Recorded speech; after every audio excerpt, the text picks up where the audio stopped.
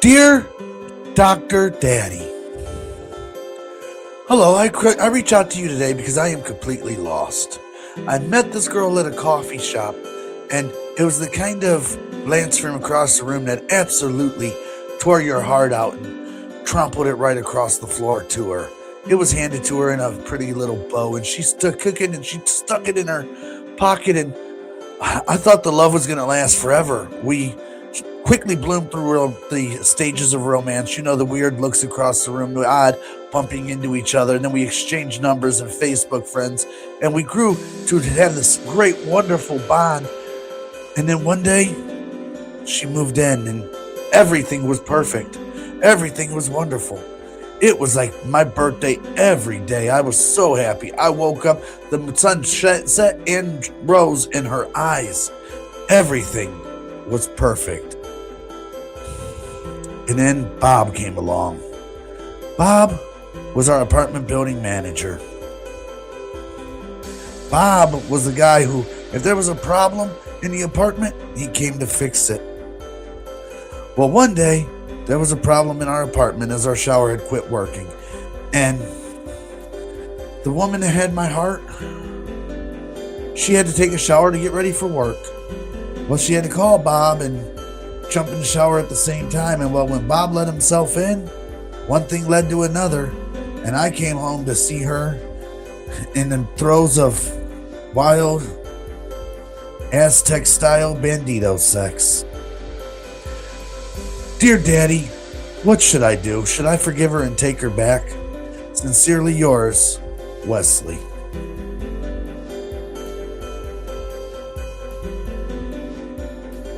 Thanks for writing in. Let me just say this. You were talking about the bows. Those are nice. Women like bows. Sometimes I put a bow on presents. But with that bow, it's like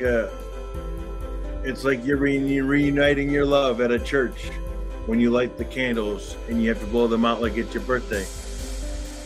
But I'm great that you found love, because love is only temporary until they take what they need and then they leave when they got everything they have. And you mentioned Bob. Bring back a story when I had an apartment. And don't do this. Let me just say this. When you said Bob, I thought you meant you brought it home and it wasn't the maintenance man. Bob is a battery operated buddy. You could bring those in the shower, like the maintenance guy. He came in the shower. So you just gotta deteriorate which Bob that you're going to have maintenance your apartment, so either one gets charged or one is just large, but Bob is in business for you. You mentioned about how your girlfriend was looking all over the room. Wesley, there was a time I was dating this girl with a lazy eye, and apparently she was seeing someone on the side. But that's okay. Love isn't for everybody, but what is for everybody is, so let me just say this. Thanks for writing in. And here at Bcits, if you have any questions, concerns, worries, we're here for you. And that is at Bcits. Biscuits, they're for everybody.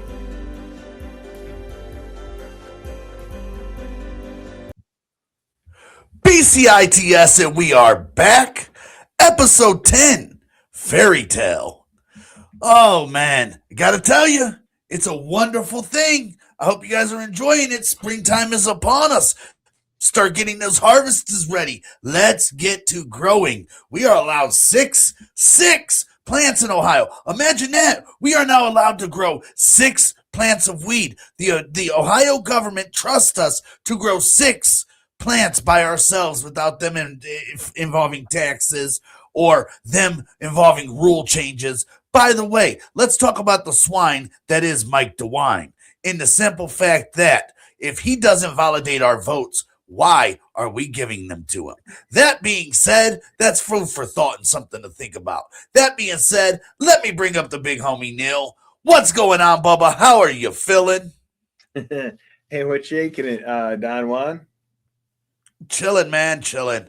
Episode 10, part fucking 3, because we've already filmed this thing like 2 other times, and we ain't gonna talk about that. I like the new logo in the background. I heard that artist was a bad motherfucker that designed that thing. I'm just saying.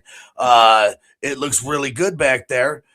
Yeah. They kind of, I think I did a pretty good resemblance of you and Mobile Mike there.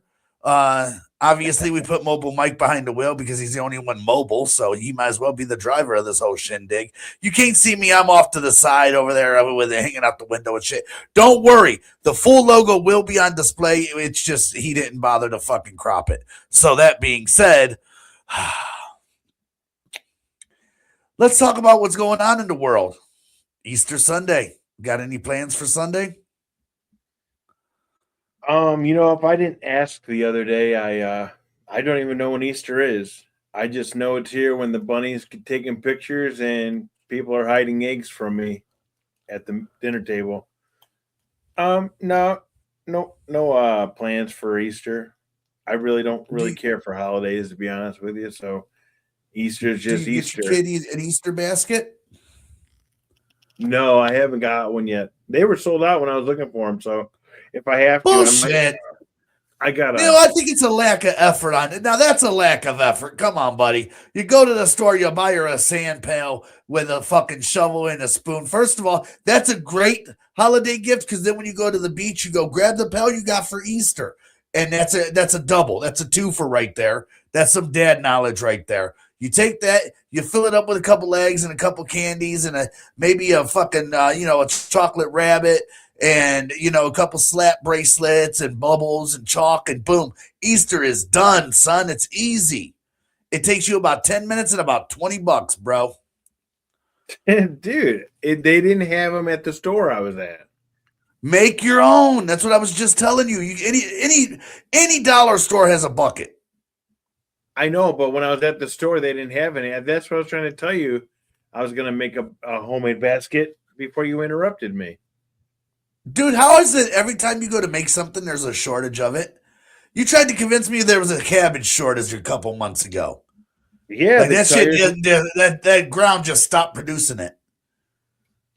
Oh yeah, I mean the trucks were backed up from when the stuff in the Atlantic Ocean was going on with the stuff from Wish.com. There was a shortage there, but it's good to go now. The harvest market is back up. They got so much cabbage you ain't got to worry about going short on the cabbage. You could freeze it last longer. You can't freeze cabbage, no. Yeah, you can. That's bad advice. You cannot freeze heads of cabbage. Why not? You could freeze anything. You cannot freeze heads of cabbage. Please absolutely not a possibility. Who said? Mostly everybody who's ever tried to free or tried to you can't freeze heads of cabbage. It's just that's not something that can be frozen. It's water based. You could freeze it. The only thing you can't freeze is alcohol, and that cabbage is not full of alcohol. And if it was, I'd be killing it in the alcohol game. You'd be getting buzzed and full gas. You don't make me laugh out loud very often, but what the fuck was that? Oh, fuck, man. Where the fuck did that come from? Wow. Can you freeze a head of cabbage? So I saw a new and yeah, you can freeze head cabbage. Looked it up. Can you really? I was hoping you would look it up because I wasn't going to. Yeah, up to 9 months. I wouldn't trust it. I'm sorry. I'm weird about freezing shit. Like, I'm weird about leftovers too. Yeah, you're just that weird guy that don't like leftovers. You don't like anything that normal people do to save on money. What do you mean? If you buy 15 heads of cabbage and you freeze them, you have 15 meals now. So if there's ever a shortage of cabbage like I had to go through, you don't have to be me. Be better than me, Don. Freeze your cabbage head. Oh shit! Use my cabbage head. See, I've been often accused of thinking with the wrong head, but it wasn't the cabbage one, Neil. So I have to give you credit where there's smoke, there might be fire. And I saw a report today, and I thought of you, and it was about how Charlie Kirk may have faked his own death and is living somewhere else. Okay, And you got me I'll be intrigued. damned it. And it's not a conspiracy, dude. It's one of these dudes who almost seems too smart to where he kind of knows some shit, kind of. Right? And I'm just like, and he said the same thing that you said. The bullet that went in his neck should have blew out the back of his neck.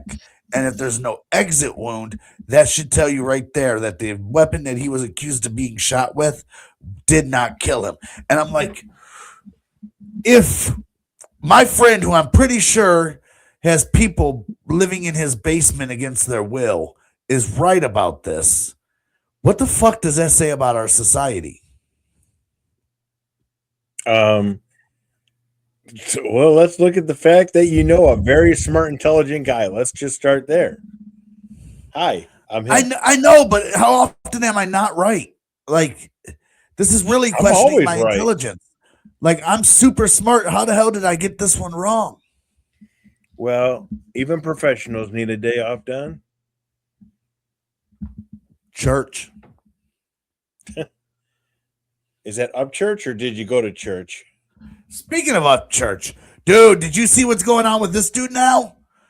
Well, no. You know how up church and that bitch from Canada, I can't remember her name.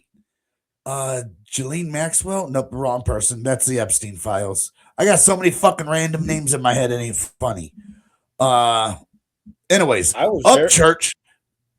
Up Church exposed Jelly Roll and his wife for doing witchcraft and putting hits out on people, right? Well, now he just had to call the Tennessee police because somebody came by his house and started popping shots at his house. Somebody's trying to kill Up Church. And then he put out a song called Johnny Cash where he's talking about, when I die, they're going to bury me in a Cadillac. And within like 24 hours of releasing the song, they came out with one of his rivals came out with a song where that person's dead in the back of a Cadillac. Wow. Shit's getting real down there, man. This hip hop, this is the war that was Biggie and Tupac, but this is for the white rap community. As stupid as it sounds, there is a white rap community, people. You cannot, and I know that people who white rap exists. It's a whole culture. There's fucking thousands of artists. Everybody goes, white rap is just Eminem and MGK. No, dude. Those are like two people that aren't even on the radar of what real white rap is. You get what I'm saying? For example, a lot of the titles that I've chosen for our episodes, including this one, is from white rappers. This one is Fairy Tale by a guy named Jamie Madrox from Twisted. I've actually sent the song out to the Stony Homies when we had it. You know how I would send music out in the morning? I've sent the song out a couple times. And then y'all made fun of the dude, the white rapper who had a stuttering problem, who rapped with a lisp. You know, Up Church. You're like, I ain't never heard a rapper rap with a lisp before.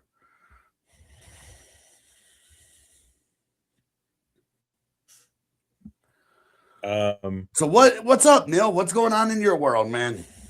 I was trying to talk for the last 30 seconds. I stopped and you don't. As soon as I stop, you stop, and it don't do. That's not how the show works. Yeah, as soon as you stop, I start, and as soon as I start, you start.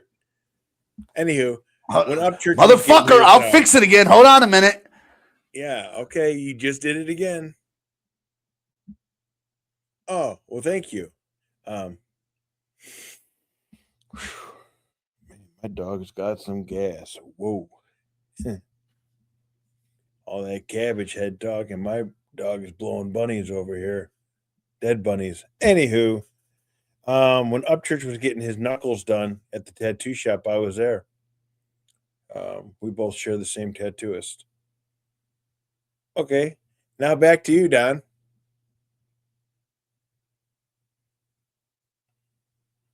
Now back to you, Don. All that and you talk for 22.5 seconds. Really? Oh wow! I didn't know you were timing me. Is this the Olympics of podcast? First of all, you could have kept that going a little bit longer.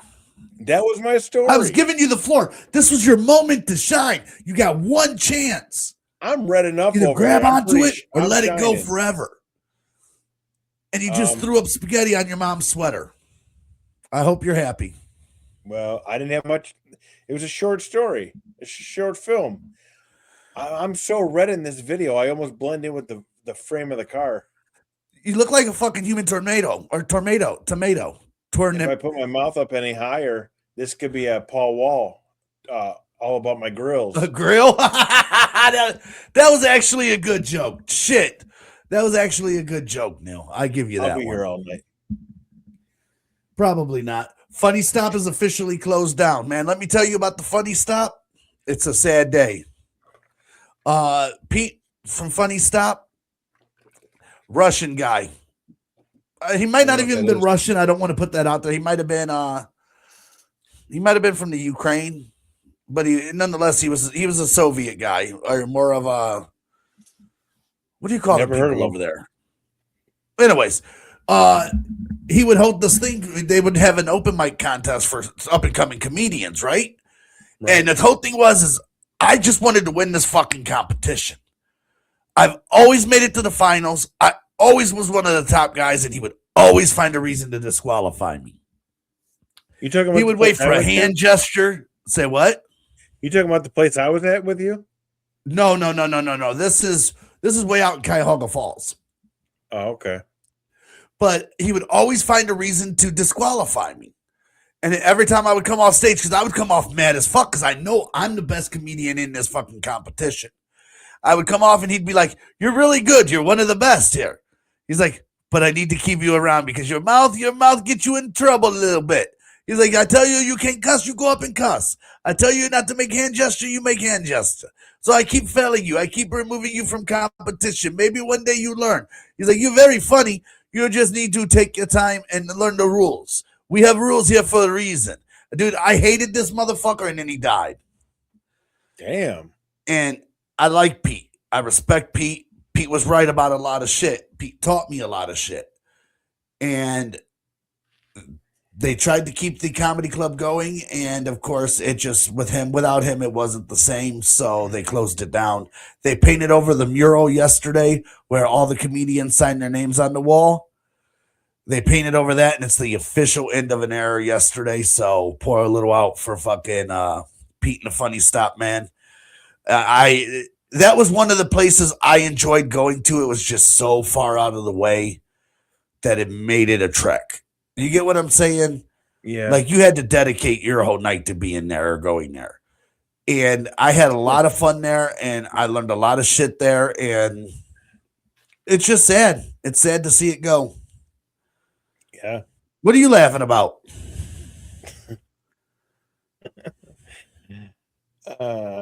I'm just a pervert. Sorry.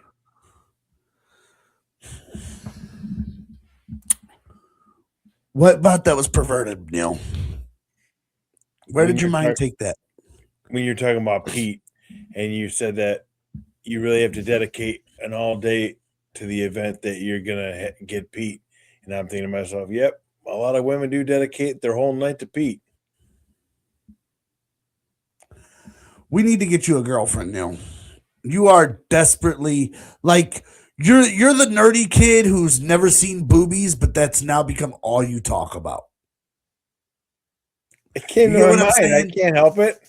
You're the nerdy kid in 6th grade who's never seen boobies, but now that's all you talk about. You talk about your girlfriend in Canada who's long distance and comes up in the summer, knowing damn well there ain't no girlfriend in Canada. Not no more. She's seeing somebody now. Well, I bet she is because she never existed. Oh, She's no. off to the next 12-year-old boy who don't have a girlfriend but had to fake one. That She's real. She lives in Canada. I touched her boobie once. No, I don't think I want. I don't think I want one. You don't think you want one? What? I don't think I want a girlfriend.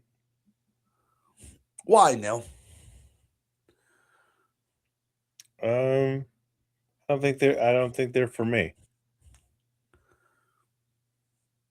There's somebody out there for everybody. Well, I genuinely believe that. Maybe. I haven't been proven right yet. You haven't been proven wrong or right yet, but I genuinely believe there's somebody out there for everybody. And it's just a matter of finding that right person and not settling. A lot of people settle and go, oh, well, this might be the person that's intended for me. No, if it's not right, it's not right. It's okay to have friends, though. It's okay. It is. It's wonderful to have friends. I have a lot of friends that are of both genders and, all sexual persuasions, races, colors. It's great to have that. But I'll tell you this much. The minute I laid eyes on Jen, I knew that's the person I wanted to spend my life with. There's just certain connections that just are unbreakable. You get what I'm saying? Yeah. And you can even have that with friends. Like, I'm sorry, there are certain friends of mine that I will lay my life down for. Because that's how deep that respect and that love goes and that bond goes. Like I told you, the person I'm with has to love me like my dog. When I leave the house to go take out the garbage, my partner is just so happy to see me. I can go in the living room, come back in the kitchen, and they act like I was gone for 4 hours. That's never going to happen, Neil. That's never going to happen. That's not reality. You want this fantasy of, oh, well, man's best friend. Well, man's best friend is a dog because that's man's best friend. A woman is never going to be man's best friend. She's not going to wait on you like that because her life, you want the world to revolve around you and you don't realize that it doesn't. In order to have a good relationship and a balanced relationship, it has to be two people on different courses that make it work. You get what I'm saying? Like, I don't want somebody here waiting for me as soon as I walk in. Oh, hi, how was your day? What do you do? No, let me mellow out a little bit. Like, I don't need that energy because, in all honesty, I want you to be doing your own thing and building your own. And what are you going to do if something happens and I ain't here? You're going to stand by the window waiting for me to come home forever? Fuck no. You need to be able to stand on your own. That's the old school love. I'm not talking about super clingy. I'm just saying the loyalty and love a dog has for their owner. That is exactly what you're saying. Is you want people to be, you want somebody that's hanging on your every moment, and that's not the way life works. No, I'm just saying the loyalty and love that a dog has, I expect in my partner. The loyalty, yes. Loyalty, 100%. Love even.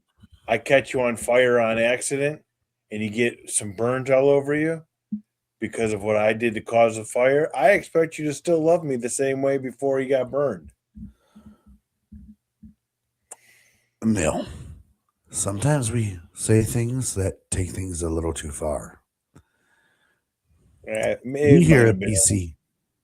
we here at BCITS do not in any way encourage catching people on fire. I again do not know where this thought came from. It definitely comes from the darker cockles of your mind. Yes, I said cockles. We could laugh about it later. We worry about you here, Neil. Why would you even fathom catching somebody on fire on it? And how do you accidentally catch somebody on fire? That's not an easy thing. That seems very, very, very premeditated. And us here at Cracker Please, the new podcast brought to you by BCITS on the Ticks That Talks and the You That Tubes, would like you to know that we do not condone this activity in any way, shape, or form. That being said, Neil, give us a would you rather. Ooh.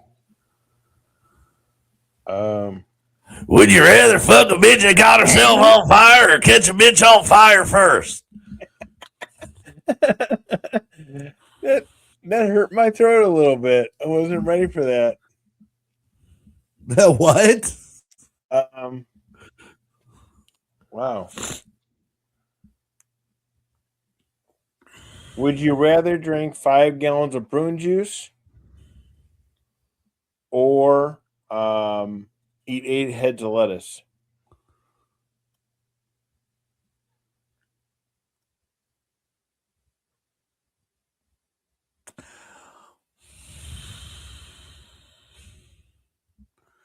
Do I get anything to dip the lettuce in? No, you're raw dogging it. Give me the lettuce. I could pretend that there's salad dressing on that shit. Prunes are still prunes at the end of the day. That shit's just nasty. Oh, I love prunes. Question of the day. What would you say was your favorite childhood memory?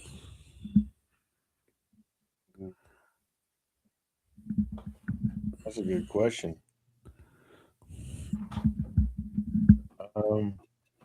The best childhood memory I've ever had? Is that what you said? Your favorite childhood memory.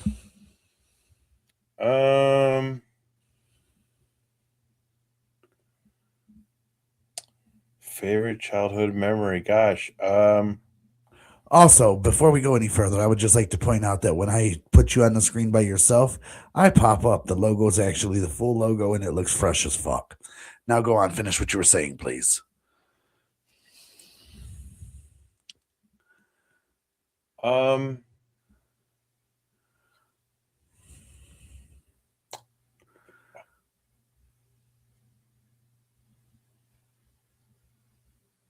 Gosh, I can't even think of one. Probably fishing growing up. Probably fishing. Yeah, probably fishing. What was so special about it, Neil? Everybody goes fishing, but what made it that memory that's so special and dear to you? Just being out in the wild, just being out in the open, catching fish, filleting fish, having a snack, filling up the boat, the cooler, land fishing, avoiding the poison ivies, the oak. Problem is though, when you gotta go to the bathroom, you're either putting your booty meat over the side of the boat, or you're dropping heat right in the woods, and you're dragging your Christmas hams all over that grass like out for the twigs. That's about it.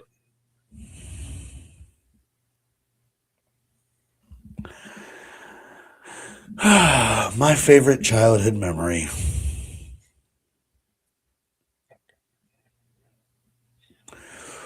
I remember playing, and again, this is only my favorite childhood memory because it is so. Never mind. I know exactly which one I'm telling you. I know the story I'm telling you. So when I was a kid, I was 9 years old. I'd say 9, maybe 10 years old, and Vanilla Ice was really big. Now Vanilla Ice had the lines on the side of his head, and that's all I wanted was some funky, fresh Vanilla Ice lines on the side of my head. But my mother told me no. Under no circumstances was I to get the funky, fresh Vanilla Ice lines on the side of my head, period.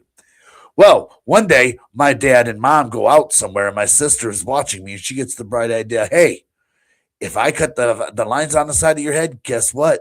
Mom can't say nothing once they're already cut. And to a 10-year-old, that sounds like fucking Einstein thinking. So I was all about it. I'm like, fuck yeah, let's do it. Well, she cuts the lines on the side of my head. They look fresh, but she's like, wear a hoodie anytime mom's around so she don't get suspicious until she finds out. And when she finds out, it'll be too late to do anything. Well, it's 90 degrees in my house. That's the one thing we forgot. And it's the middle of summer, and I'm wearing this fucking hoodie now. Well, my mom's like, take off the hood. I'm like, no. She's like, take off the hood. I'm like, no. She pulls off the hood, and there's the funky, fresh Vanilla Ice lines. My mother holds me down and proceeds to shave my head bald. And I looked at her, and I go, that is the last time you will ever see me with hair. That was 46 years or 36 years ago. I still do not have hair. My mother still has not seen me with hair. I am winning the petty war. That is my greatest memory, period. That being said, Neil, say a thing. Remember to be cool and stay classy. Don't let your bag drag your meatloaf. And as always, we here at BCITS, we're here for everybody. If you'd like to ask Dear Daddy a question, by all means, write it in the comments and we'll make sure that he answers it for you. Whatever questions you have, he is a very, very talented doctor. And from us here to you there, and hoping that Mobile Mike is recovering. He's got some things going on. We'll let him discuss that when he gets back. We wish him the best in a speedy recovery, brother. That being said, from us to you, BCITS there for everybody on the Tick That Talks and the You That Tubes. And that being said, again for the 10th time, why are you letting me keep saying that? Tell me to shut the fuck up, Neil. You don't listen. Episode 10, Fairy Tales, is in the books, and we are out. Peace.